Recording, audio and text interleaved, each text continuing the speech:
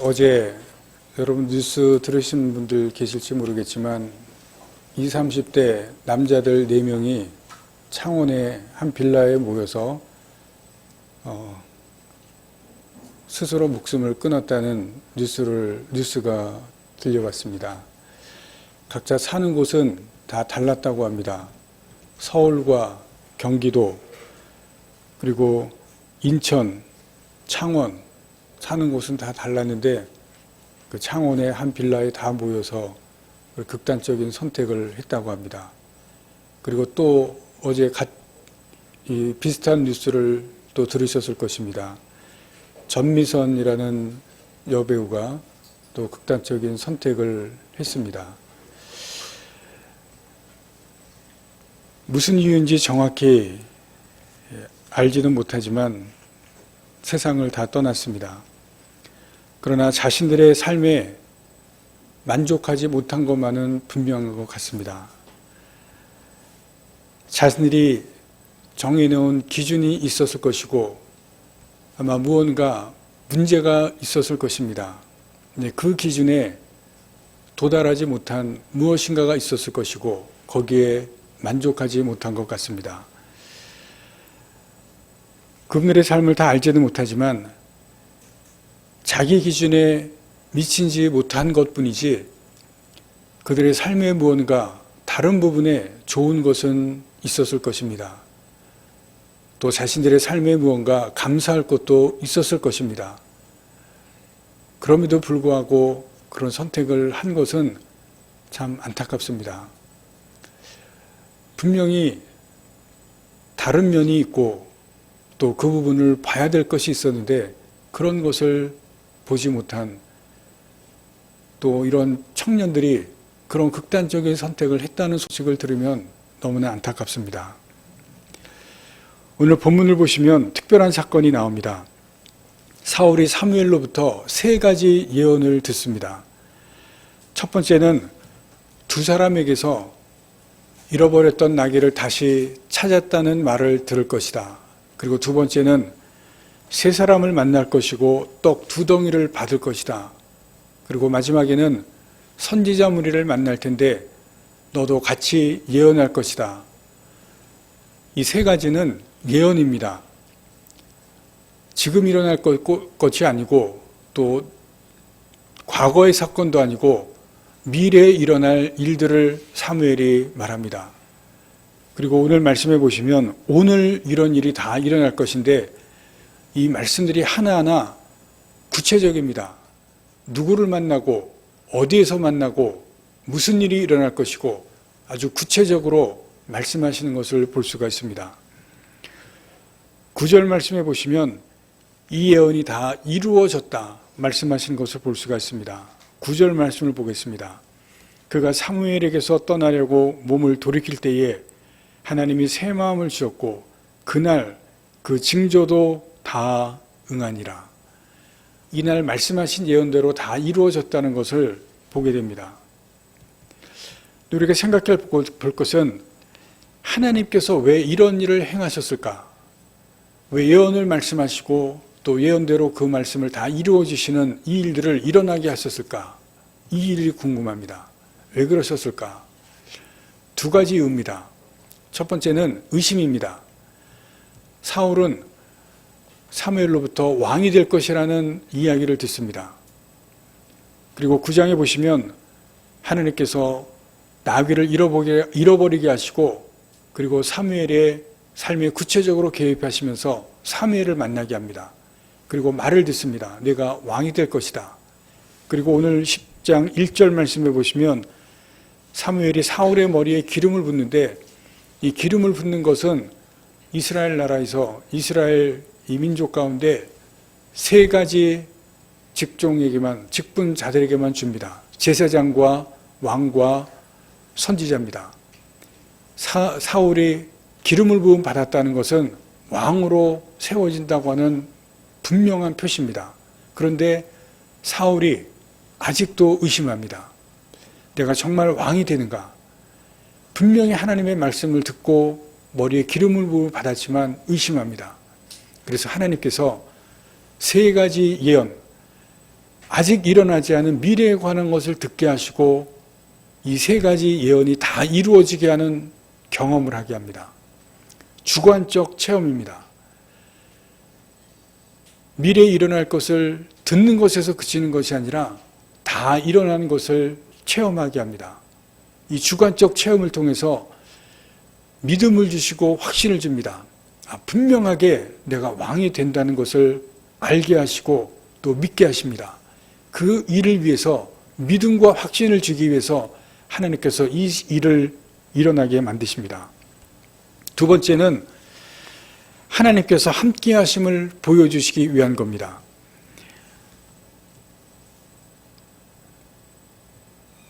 7절 마지막 절에 보시면 이런 말씀이 있습니다. 이 징조가 내게 임하거든 너는 기회를 따라 행하라. 하나님이 너와 함께 하시느니라. 이 세 가지 사건 중에서 마지막 사건은, 마지막 예언은 하나님의 영이 임하고 예언을 하는 겁니다. 근데 여기에서 사울이 예언했다고 하는 것은 사무엘의 예언과는 조금 의미가 다릅니다. 사무엘의 예언은 말씀드린 것처럼 미래에 관한 겁니다. 아직 일어나지 않은 사건을 예언해 주시고 또 미래에 일어날 사건들에 대해서 알려주는 겁니다. 그런데 사울이 예언했다는 것은 의미가 다릅니다. 사울의 예언은 하나님을 찬양하고 찬송하는 겁니다. 5절 말씀해 보시면 예언하면서 내려오는 선지자 무리들을 만난다고 말씀하시는데 이 선지자 무리들이 5절 말씀해 보시면 악기들을 가지고 내려오는 것을 말씀하고 있습니다. 5절 마지막에 보시면 무리가 산당에서부터 비파와 소고와 저와 수금을 앞세우고 예언하며 내려오는 것을 만날 것이다. 악기들을 가지고 내려오는 것은 하나님을 찬양하는 겁니다. 악기들을 가지고 찬양하면서 예언한다.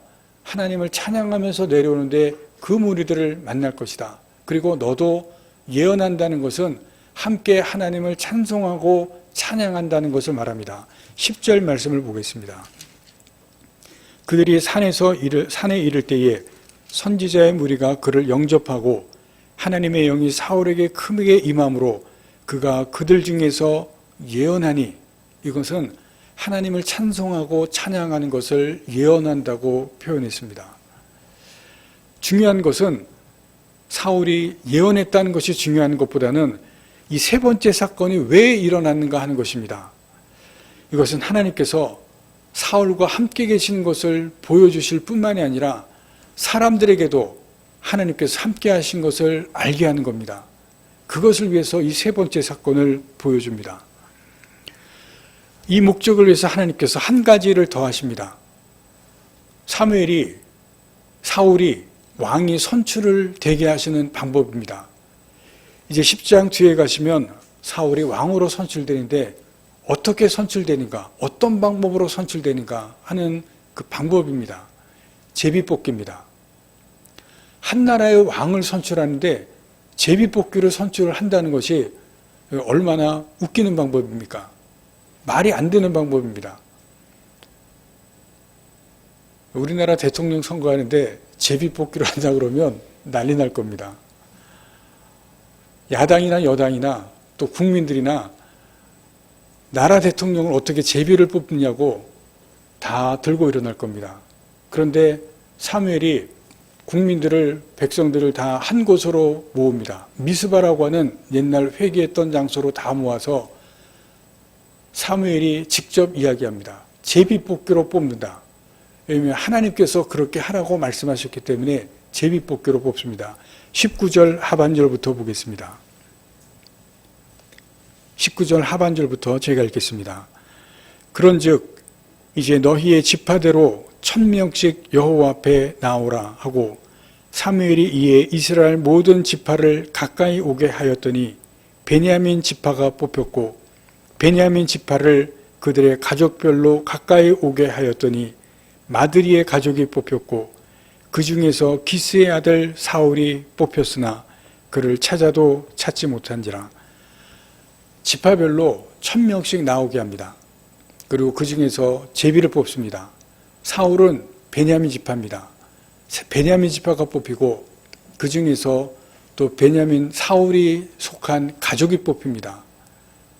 가문이 뽑힙니다. 가문이 뽑히고 사울이 속한 가족이 뽑힙니다. 그 중에서 사울이 뽑힙니다. 왕을 뽑는데 이 방법은 하나님이 정하신 방법입니다.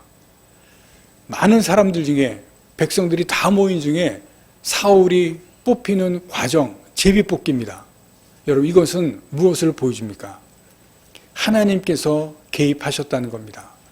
하나님께서 사울을 미리 정하셨는데 수많은 사람 중에 하나님께서 정하신 사울이 뽑혔다는 것을 보여줍니다. 하나님께서 사울과 함께 하시고 사울과 함께하는 것을 사울로 알게 할 뿐만이 아니라 많은 백성들에게 다 알게 하시는 그 부분이 바로 사울이 제비를 뽑혀서 왕으로 선출되는 모습입니다. 7절에 말씀하신 것처럼 하나님께서 함께 하시는 것을 사울 그리고 많은 사람들에게 보게 하시고 알게 하십니다. 왜냐하면 사울이 왕이 된 다음에 왕으로 이제 이스라엘 백성들을 다스리면서 내가 너와 함께하고 그것을 알게 하시고 그리고 사람들로 하여금 사울은 왕이 하나님께서 함께 하신 것을 보게 하시고 알게 하시기 위해서 이 사건을 보여주신 겁니다. 여러분, 이 두 가지 목적을 통해서 우리가 알 것이 있습니다.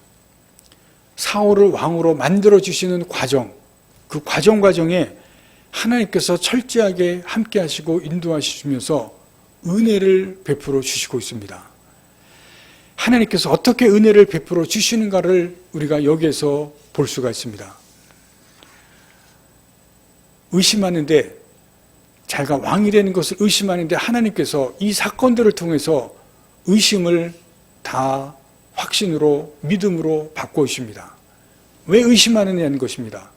그래서 이 사건들을 통해서 하나님께서 의심을 없애시고 믿음과 확신으로 바꿔주십니다. 은혜입니다. 하나님께서 순간순간마다 은혜를 주시는 것을 볼 수가 있습니다. 또 사울이 왕으로 선출되는 그 과정, 제비뽑기를 통해서 많은 사람들 가운데서 바로 너다. 하나님께서 그 은혜를 주시는 것을 볼 수가 있습니다. 과정을 통해서 은혜를 주십니다. 사울에게 하나님께서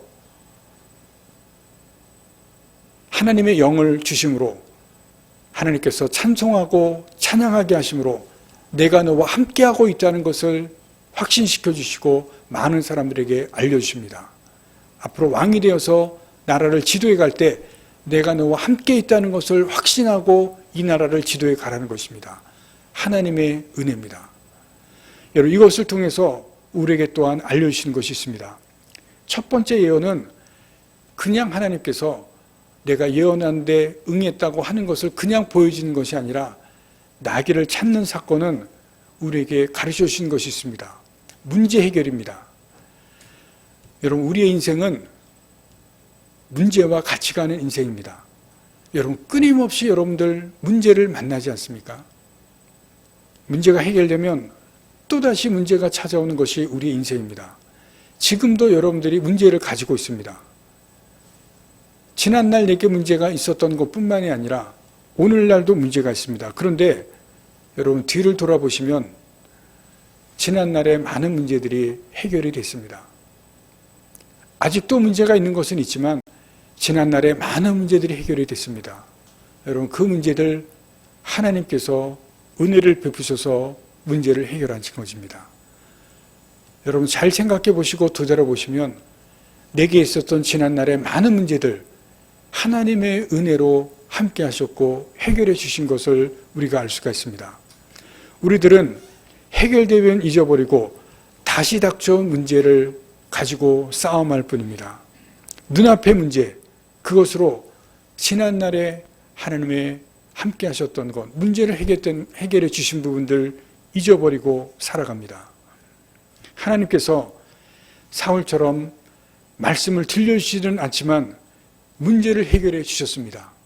앞으로도 하나님께서 문제를 해결해 주실 것입니다. 그 하나님께서 우리에게 은혜를 주신다는 것을 기억하시고 아시기를 바랍니다. 두 번째 사건은 떡 두 덩이를 주는 사건입니다. 사환과 사울이 앞으로 집을 이제 찾아가야 되는데, 사흘 동안 헤매다가 집을 찾아가야 되는데, 그때 필요한 양식입니다. 일용할 양식을 말합니다. 오늘날 우리들에게 풍족하지는 않을 수도 있어서 풍족하지는 않을 수도 있지만 굶지는 않습니다.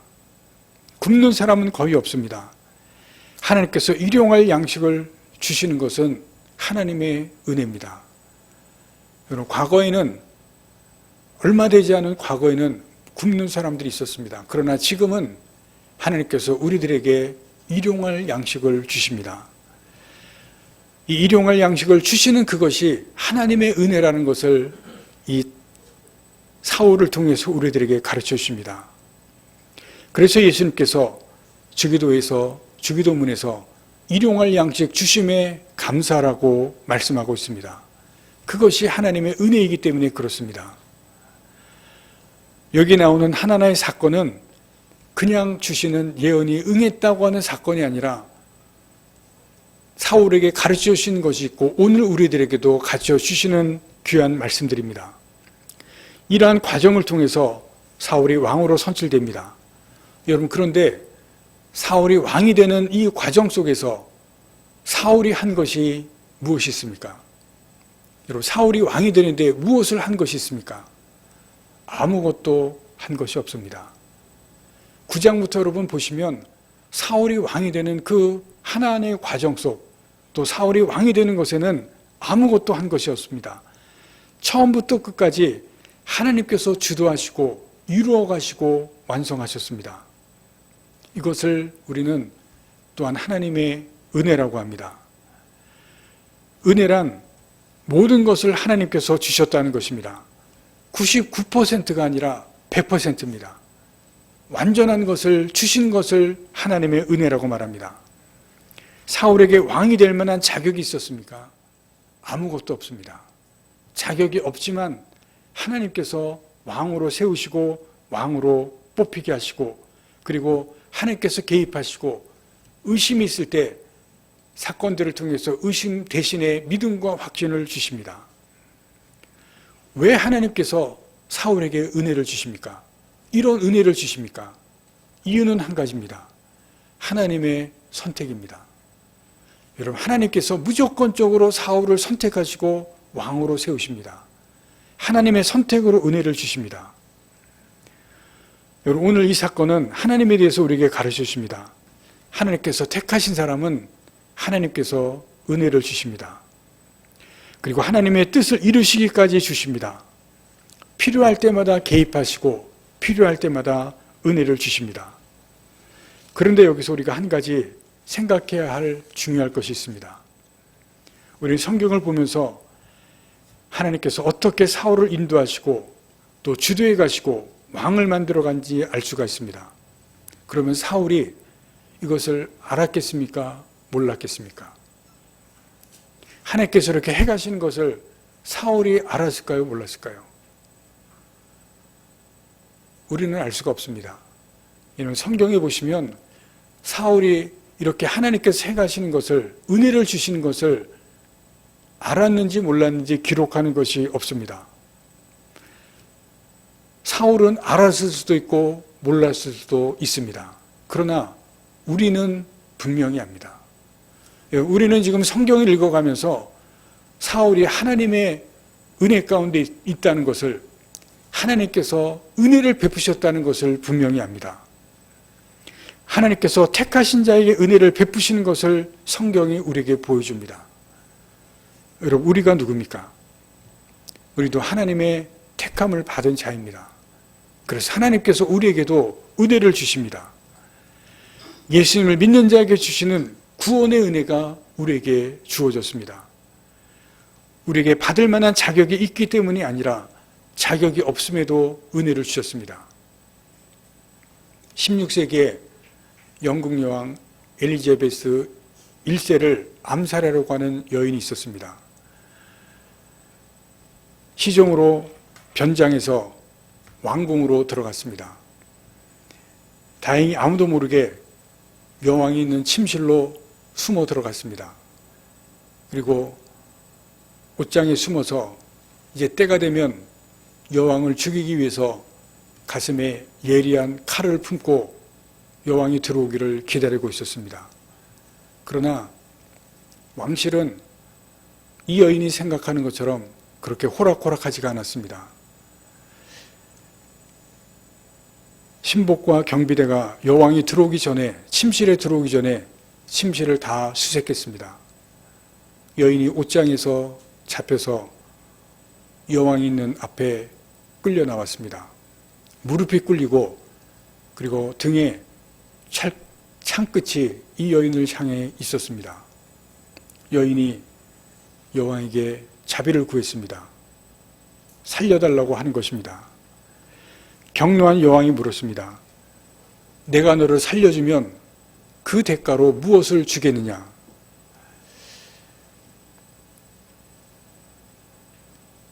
암살하려던 여인이 여왕을 우러러보면서 이렇게 대답했습니다.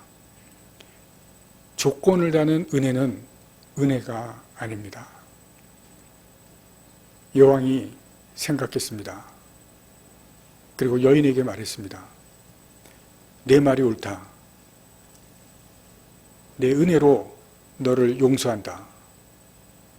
여인이 풀려났습니다. 여왕으로부터 은혜를 얻은 것입니다. 그 후로부터 이 여인만큼 무조건적으로 여왕에게 헌신한 사람은 없었습니다. 자기 목숨을 다해서 여왕에게 충성을 했습니다. 역사의 사실입니다. 은혜는 조건 없이 주어지는 것입니다. 죽을 죄를 지었지만 자격 없는 자신에게 은혜가 주어졌기 때문에, 생명이 살려졌기 때문에 자기가 은혜받은, 조건 없이 은혜받은 이것 때문에 충성하는 그러한 모습을 보입니다. 우리가 받은 은혜가 이런 은혜입니다. 구원해 주셨을 뿐만 아니라 삶을 인도해 주시고 함께 하시는, 주관해 주시는 그러한 은혜가 우리에게 있습니다. 우리는 이 사실을 알든지 모르든지 하나님께서 이런 은혜를 우리에게 주십니다. 오늘 본문은 이것을 가르쳐 주시고 있습니다. 여러분, 그런데 하나님은 무조건 은혜만 주시는가? 여러분, 하나님께서 무조건 은혜만 주시겠습니까? 그렇지는 않습니다.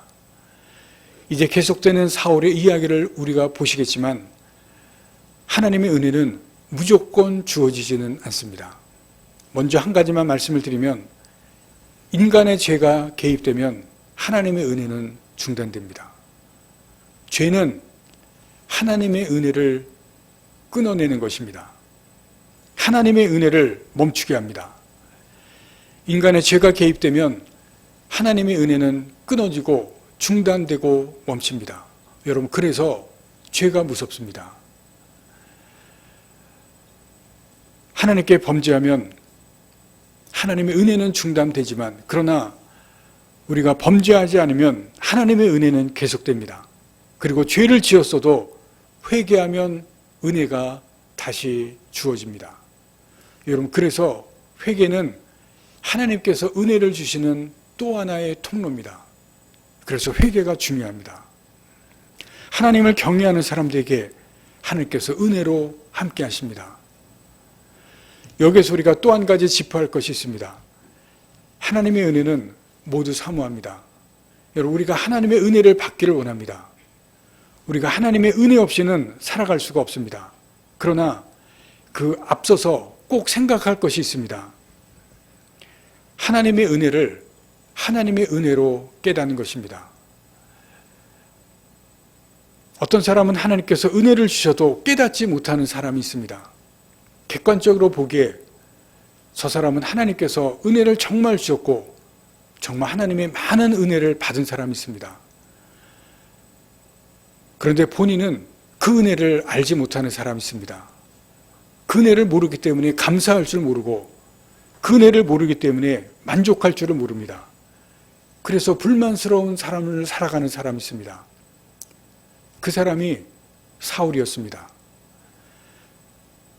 9장에서 10장을 거쳐서 이제 11장으로 가면 사울이 왕으로 즉위를 합니다. 10장에는 왕으로 선출이 되는 과정이고 11장에 가면 드디어 왕으로 즉위를 합니다. 왕으로 즉위하기까지 하나님께서 많은 도움을 주셨고 많은 은혜를 베푸십니다. 여러분 10장만 해도 하나님의 은혜가 많이 있습니다.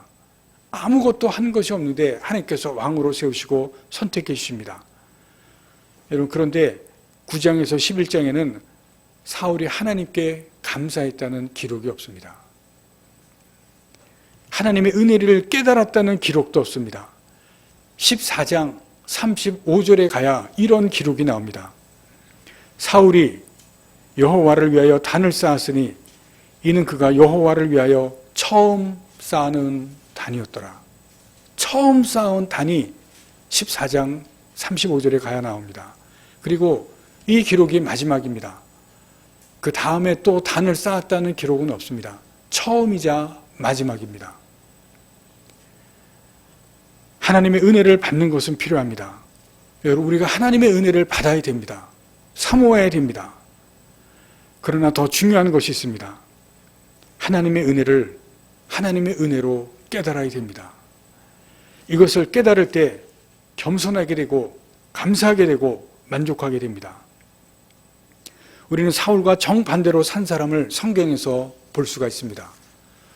사울이라는 똑같은 이름을 가진 사람, 그러나 뒤에 바울로 이름을 바꾼 사도 바울입니다. 바울은 고린도전서 15장 10절에 위대한 고백을 합니다. 나의 나된 것은 하나님의 은혜로 된 것이다.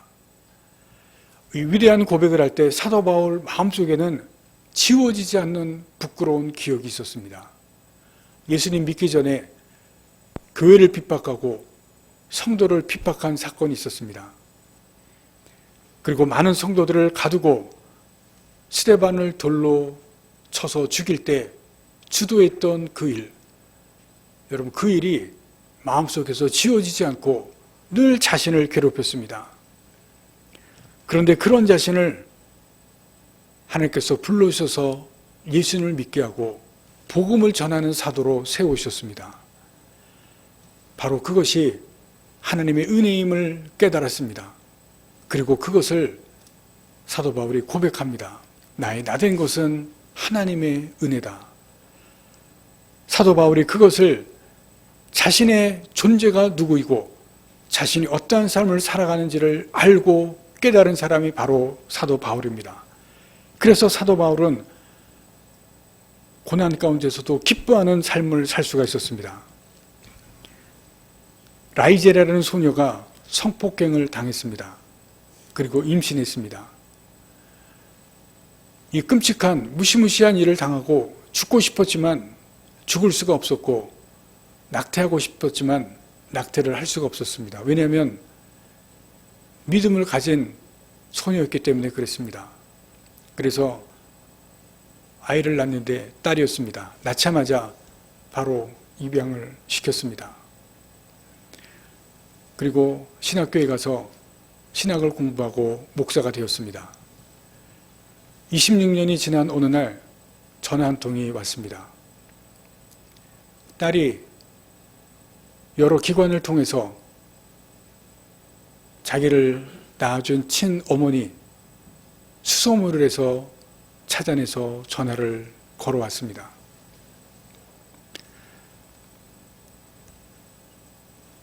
딸은 자신이 성폭행당한 불행한 아이로 태어나는 것을 양부모에게 들었다고 말을 했습니다. 훌륭한 어머니를 만났습니다. 대학을 졸업하고 그리고 남자친구를 만나서 결혼하고 딸을 낳았어요. 그러나 라이젤 목사는 딸의 소식이 기쁘지가 않았습니다. 왜냐하면 26년 전 성폭행 당했을 때 사건, 그리고 성폭행한 그 남자가 또다시 생각났기 때문에 괴로웠습니다. 딸이 울면서 말합니다. 어머니, 그 어려운 상황에서도 낙태시키지 않은 것을 감사합니다. 내가 믿는 예수를 어머니도 꼭 영접해서 구원 받으시라고 전화를 드렸습니다. 딸은 자기 친어머니가 목사인 것을 모르고 전화를 한 겁니다. 이 말을 듣는 순간 이 목사인 리이젤이 그 머리에 망치보다 더 큰 것이 때리는 충격이 임하는 것을 느꼈습니다. 자신은 성폭행한 남자를 증오하고 그때 낳은 딸을 잊으려고 이방을 시켰는데 딸은 자신을 찾아서 예수님을 전하고 있는 겁니다. 자기는 예수를 전하는 목사인데 뭔가 잘못됐음을 직감을 한 겁니다. 딸은 예수님의 은혜를 알고 자신은 예수님의 은혜를 안다고 했는데 진짜 그 예수님의 은혜를 몰랐다는 것을 이 순간에 깨달은 겁니다. 딸을 통해서 예수님의 십자가를 다시 만났습니다. 예수님께 그 십자가 앞에서 다시 용서를 경험하고 예수님의 제 용서를 온전히 다시 깨달았습니다. 그리고 자신을 성폭행한 그 남자를 용서하고 그 증오를 다 버렸습니다. 하나님의 은혜는 택하신 자들에게 주십니다. 우리가 깨닫든지 깨닫지 못하든지 은혜를 주십니다. 그러나 그것을 아는 사람과 알지 못하는 사람의 삶은 너무나 큰 차이가 있습니다. 알지 못하는 사람은 만족과 감사가 없습니다. 불만과 불평이 있습니다. 그 마음속에 무엇인가 풀리지 않는 무엇인가가 있습니다. 그러나 아는 사람은 감사가 있고 만족이 있습니다. 하나님의 은혜를 알기에, 진심으로 그 은혜를 알기에 그의 삶이 은혜로 기뻐합니다. 여러분, 우리는 하나님의 은혜를 필요로 합니다. 은혜 없이는 살 수가 없기에 은혜를 구해야 합니다. 그러나 하나님의 은혜를 하나님의 은혜로 알고 살아가시기를 바랍니다. 하나님의 은혜를 깨닫고 감사하며 살아가시기를 바랍니다. 내 마음속에 무엇인가 불만이 있고 무엇인가 만족함이 없는 그러한 삶이 아니라 하나님의 은혜를 은혜로 깨닫고 살아가시는 여러분이 되실 때 내 마음속에 그 응어리신 것, 풀리지 않는 그 무엇, 그것이 풀려지고 감사하며 살아가시는 귀한 삶이 되시기를 간절히 바랍니다. 기도하시겠습니다.